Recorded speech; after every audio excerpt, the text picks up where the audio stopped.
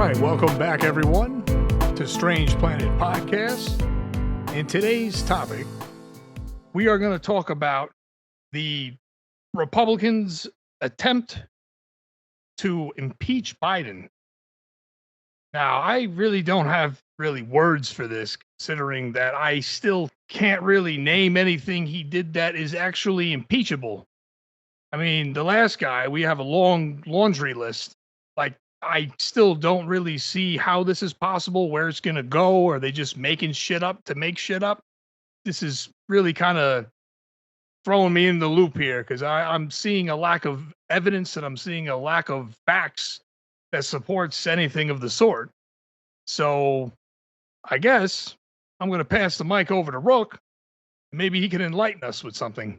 Well, I wish I could enlighten you on the reasons why Speaker McCarthy announced the impeachment inquiry into Biden. So far, there are just vague allegations of corruption and innuendo about Biden abusing his power to benefit his son, Hunter Biden, with respect to his pending charges, his gun charge or relying on a gun application. We talked about this a couple of weeks ago, actually, about how Hunter Biden was in the midst of being charged with failure to pay taxes and also relying on a gun application by omitting the fact that he was a drug addict.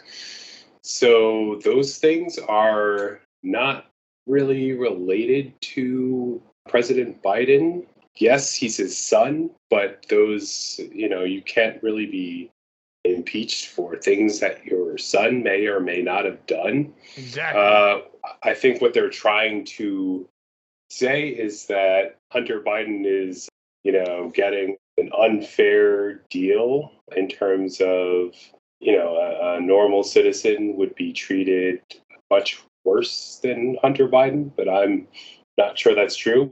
Currently, the judge overseeing the case is a Trump-appointed judge. The special counsel in charge of, bringing charges against Hunter Biden, should he choose to do so, is also a Trump-appointed official. And so I don't see really how Biden has really anything to do with it. No, Joe Biden, that is, President Biden. Right.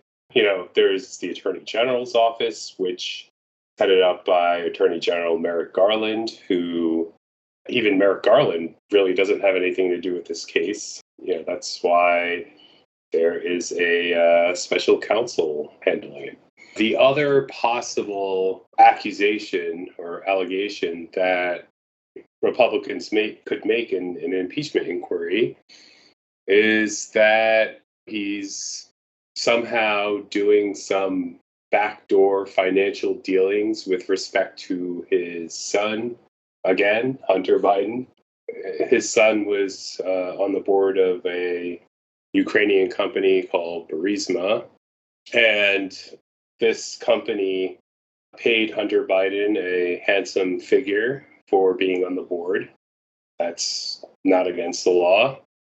What they say is that Hunter Biden really didn't have the requisite experience that would warrant such a high paycheck. So that the reason that he was paid that sum of money, they have alleged, is that it was because Joe Biden was somehow, getting him that deal or doing some type of political favors in exchange for that deal. Yeah, that money was used to buy Joe Biden's influence in terms of policy making or whatever. So, those things are, certainly possible, but there's actually no evidence of that. And so Speaker McCarthy announced earlier this week that the Republicans would be conducting an impeachment inquiry. And what that means is that it's the first step in a process of impeaching a president or, any other public official. So basically, it'll be a, sort of a fact-finding investigation by the House of Representatives, and usually it's done by the Judiciary Committee. So we'll be probably seeing a lot of Jim Jordan if that's the case. But Nice. other committees can take part in it as well, or it depends on how Speaker McCarthy wants to direct this.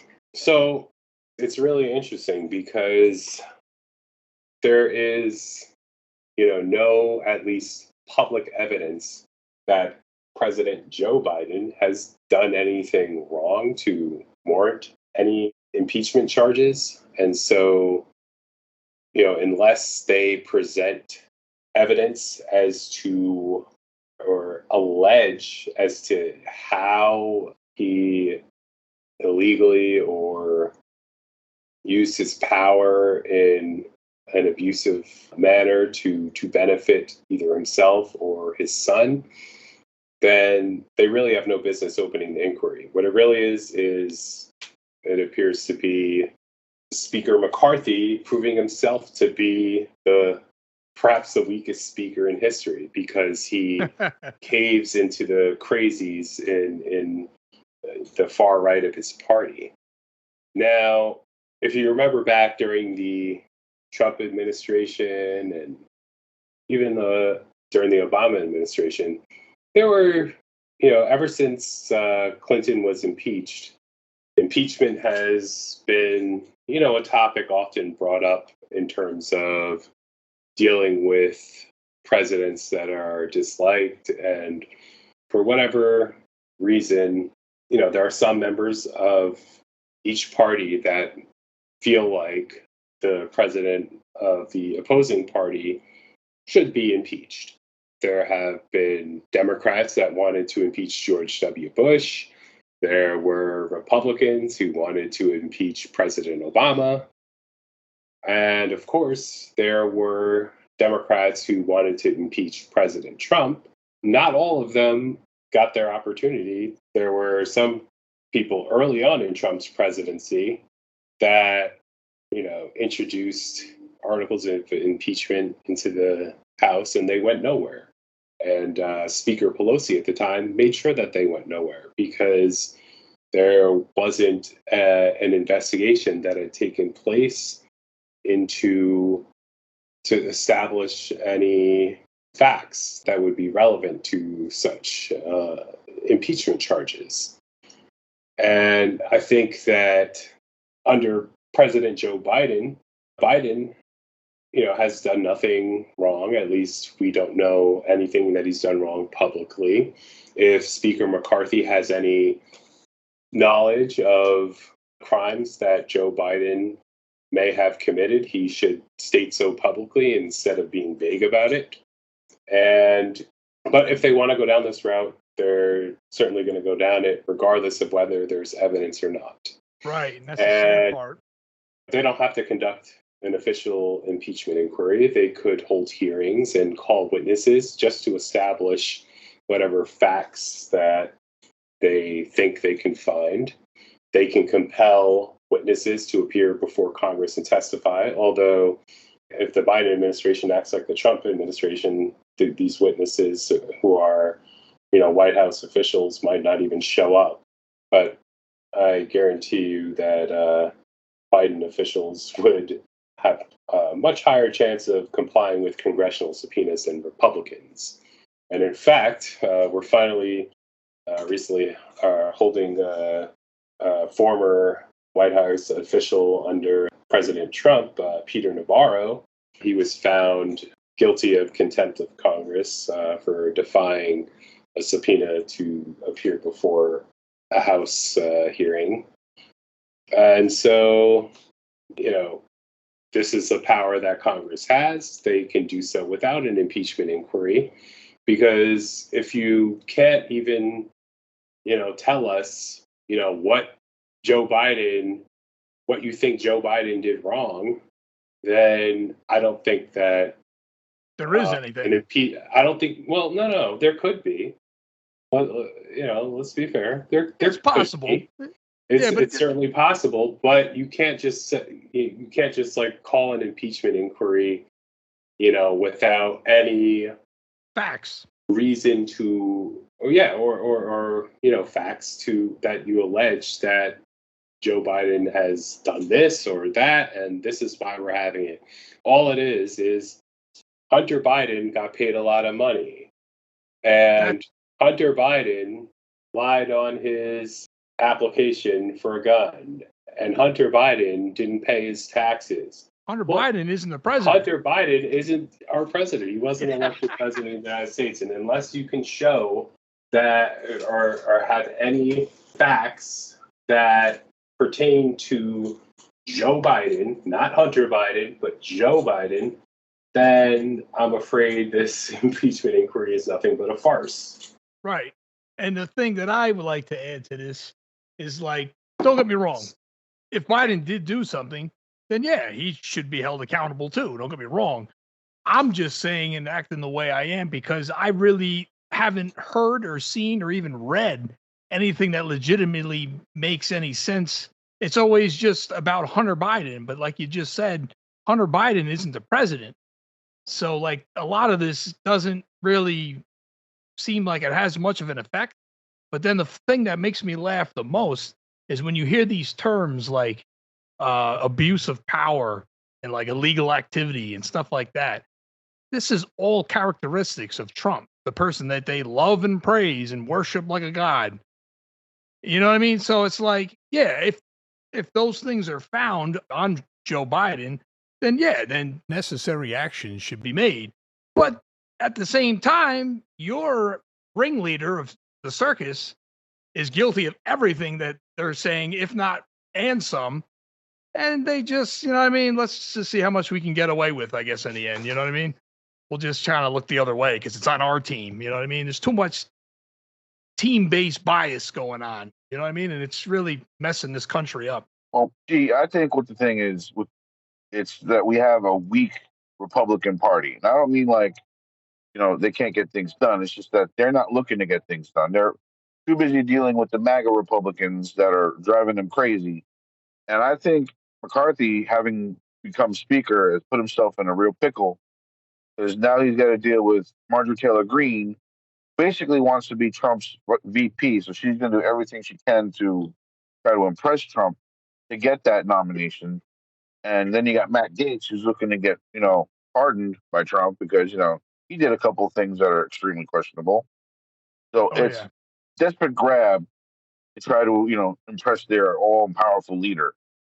And it's really sad because it takes away from what the government was supposed to be. And it hasn't been in a while. And that's kind of a big public opinion where, the government can't be trusted, either Republican or Democrat. Doesn't really matter.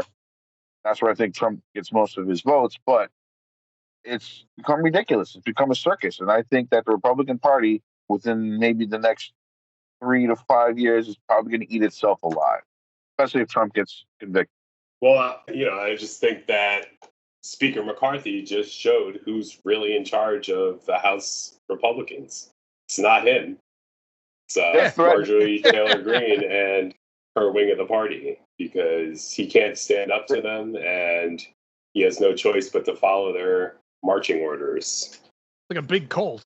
Well, from what I understand is Matt Gaetz basically told McCarthy, if you don't get this impeachment done, we're going to shut the government down on September 30th when that vote comes up. That's productive. You know what I mean? That's real productive. They don't care. They're going to hold the country hostage, basically. That's so, it just makes me almost embarrassed to be an American when I hear shit like that. Because he's over there trying to bait and try to support his criminal, running Trump circus over there. And this is what you do? Now you're going to threaten to shut down the government if the charges aren't dropped against a criminal? This is where America is? Marjorie Taylor Greene even used the word secede, looking to secede from the country. It's like, what? Really? That's never going to happen. So she's so stupid. It's almost not even worth talking about when she speaks. But I just feel like every time she talks, nothing logical ever comes out. It's always something batshit nuts. And it's some crazy basic conspiracy theory for the most part.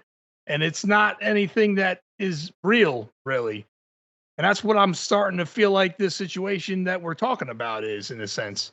Because, like, if you don't have concrete evidence and you don't have concrete facts to support the impeachment that he actually did do something wrong, then we're wasting time and when we could be fixing this country up. All they care about is what benefits them. You know what I mean? And Well, that's not going to help this country at this rate if we keep this up.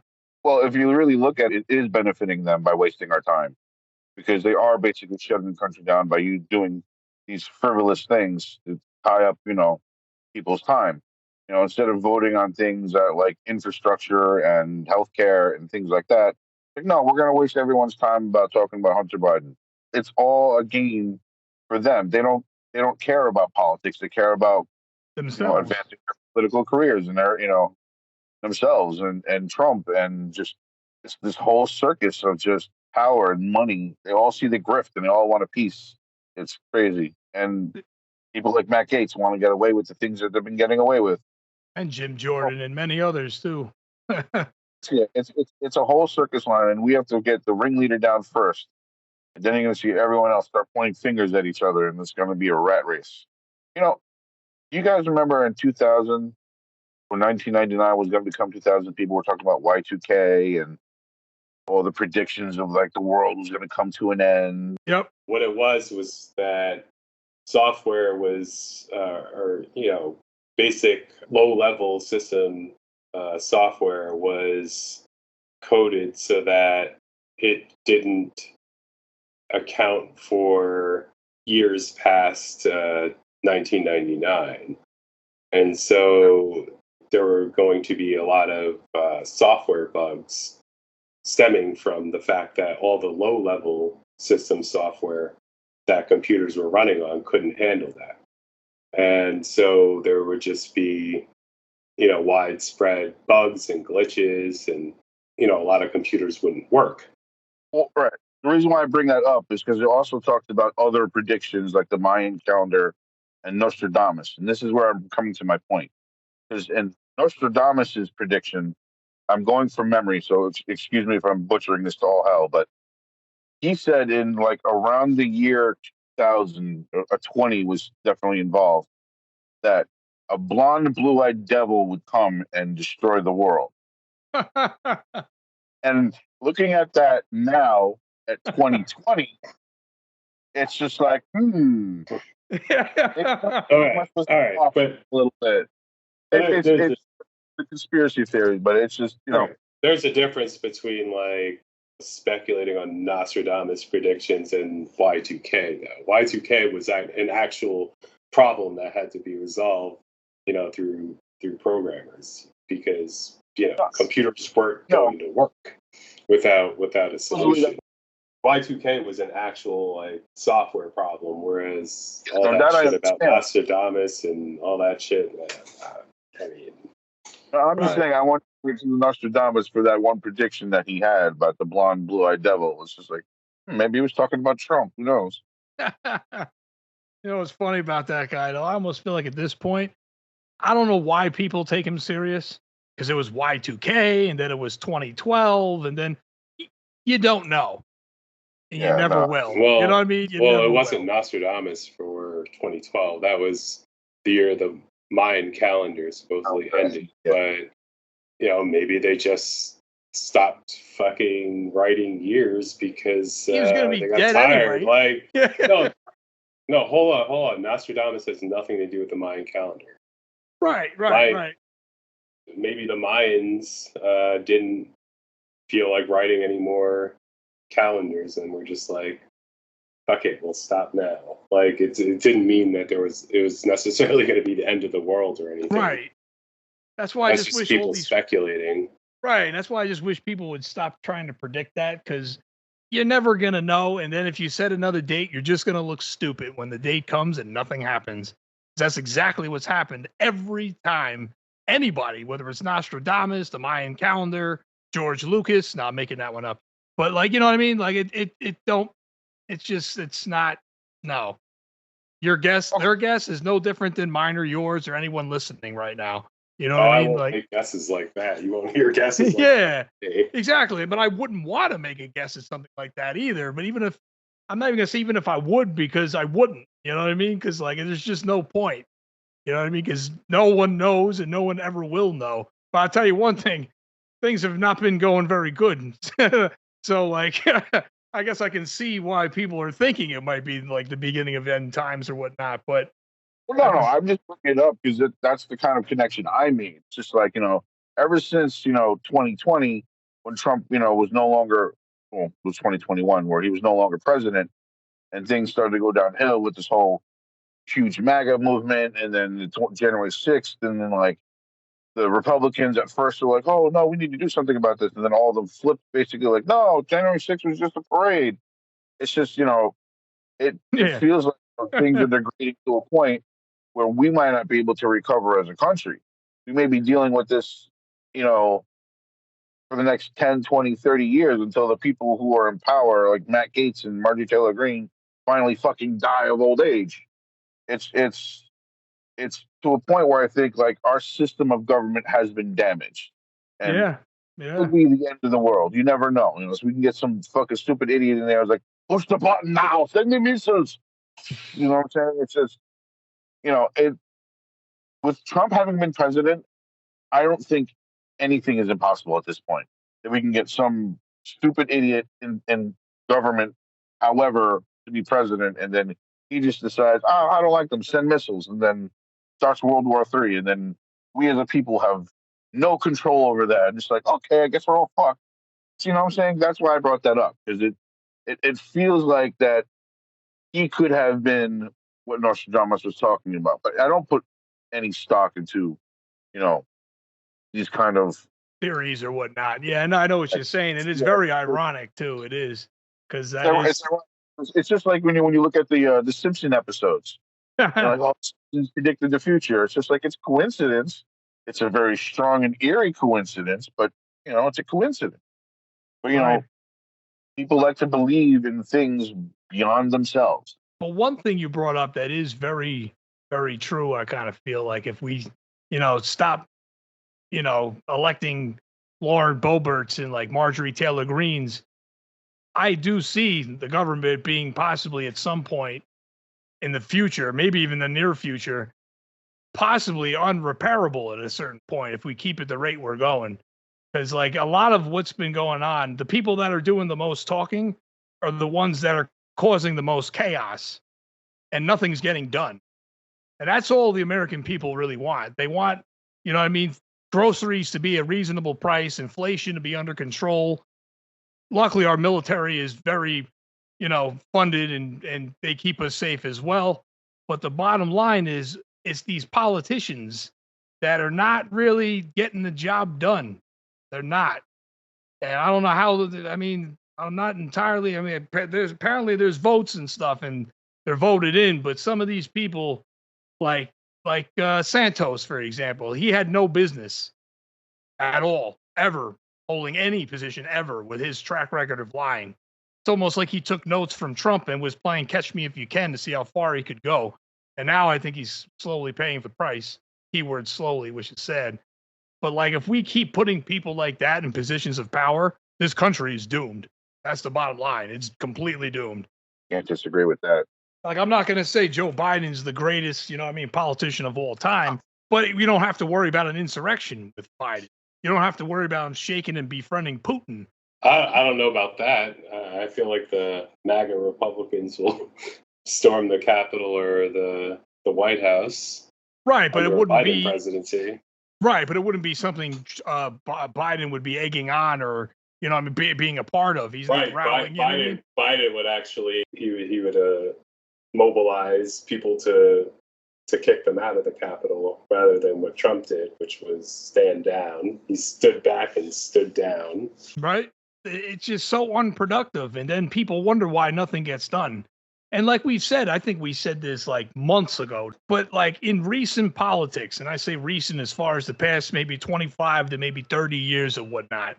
But the real fact of it all is you have the Republican that comes in. Sometimes they get 2 terms, but they fuck everything up. And then the Democrat normally comes in secondary and ends up having to fix a lot of that. And then his term's up just enough to once in a while, and usually it's not too straight. And then the Republican comes back in and it fucks it all up again. And then you see this chain, then the next guy is a Democrat, and he comes in, he's got to fix that again. So it's this constant breaking and rebuilding that just keeps happening as clumps of 4 to 8 years go on. And if this persists, I honestly don't see like anything changing. I really don't. It shouldn't be this way. You know what I mean? There's definitely a better way, and this is not it. So like for example, the reason why I brought any of this up is like we attack Trump for all of his illegal activities, his 91 indictments, all of his bullshit lies and conspiracy theories and racism and misogynist ways. It's just like, so we he's still in the process of being held accountable for that. But now it almost seems like they want to try to just spite and throw the ball back at Biden. But if there's no facts, then that can't happen, because that means he didn't do anything to get impeached for. You know what I mean? Yeah, I know what you mean, but they don't care. They want their pound of flesh. Yeah, that's what I mean. It's so counterproductive, though. They just want to do things to do it to suit themselves. And their MAGA little red hats that, voted for him, they're not going to get anything out of this. You know what I mean? So especially if they're lower or middle class, they're not going to get anything out of this. So it's like they're representing something that's not even for them. And that's where we're at. They managed to convince or brainwash an entire cult of people to make believe that this is the real American values and the real American way. And it's not. It's simple as that. It's not. I think they are giving them what they want, though, because what they want is someone to talk down to liberals or progressives, racial minorities, women, LGBTQ people. That's what they want. They want to wage the culture wars. And that's what Trump and the MAGA Republicans are giving them. Right. And that's sad, because that's just wrong. Because, like, I could understand some people, they may not agree with their ways, and I'm not saying I do either, but I'm not saying we should be condemning them and burning them at the cross for this. Or, you know what I mean? Like, they're people just like anybody else. You know what I mean? They're American citizens, for that matter. You know what I mean? Like, you can't exclude them because you don't believe in their ways of life. You know what I mean? It's not like, they want to feel more important than they actually are. And just like any bully, they're going to exercise their power over those who are less powerful. And if they can get a president or other politicians in place to exercise power and bully other people, they're going to do it. That's what they're getting. Yeah, it's sad and it's true. They don't care about. They no longer care about policy. They've given up on that. Yeah, completely. Clearly, that's what this episode is more or less about. And the funny thing about it is they got all this shit about, like you said, the LGBTQ and all that. And the funny thing about it is it shouldn't even be about any of that. It's not a race war or that. It's a wage war. That's what the real battle should be about. Because while they're brainwashing all these MAGA fans to do whatever they say, they're really flipping them off behind their back or stabbing them in the back with a knife almost, because they're not getting anything out of this unless, like you said, that racism aspect. I mean, I guess maybe that's what they're looking for, but which is fucked up. But like, bottom line is it's a wage war, and the rich are just cashing out on all this. Is really what's happening. Oh, I mean, it's like, the old war thing: you divide and conquer. Just people can't rise above to take control if too busy squabbling with each other, and that's unfortunately what this country is dealing with. I think that's the way most Republicans kind of want to keep it, because now they're distracted by it. Yep. Yeah, you know what I mean? They're looking at this hand, but they're not watching the actions of what the other hand is doing. And it's basically pinching their pocket. You know what I mean? So like, it's sad, because it doesn't really have to be about this, and it doesn't have to be this way, but it is. It's like they just do it all out of spite, man. It's not even it's not even politics anymore. It's just babies fucking whining back and forth. Because the craziest part is we're technically not at war, but the real reality is it feels like this country has literally been at war with itself. but it's all because of the bullshit and all these stupid things these politicians put in their fan base and their heads. And then that it becomes, even as minuscule as it could be, that becomes more important than the things that actually matter. And then that's where the problem lies. They get enough people to think that way. That's playing into their hand, and nothing will get done, especially anything that would change anybody's life for the better. But that's all we got for this week. Strange Planet will have new episodes on YouTube every Friday. Thanks for listening, and we will see you next week.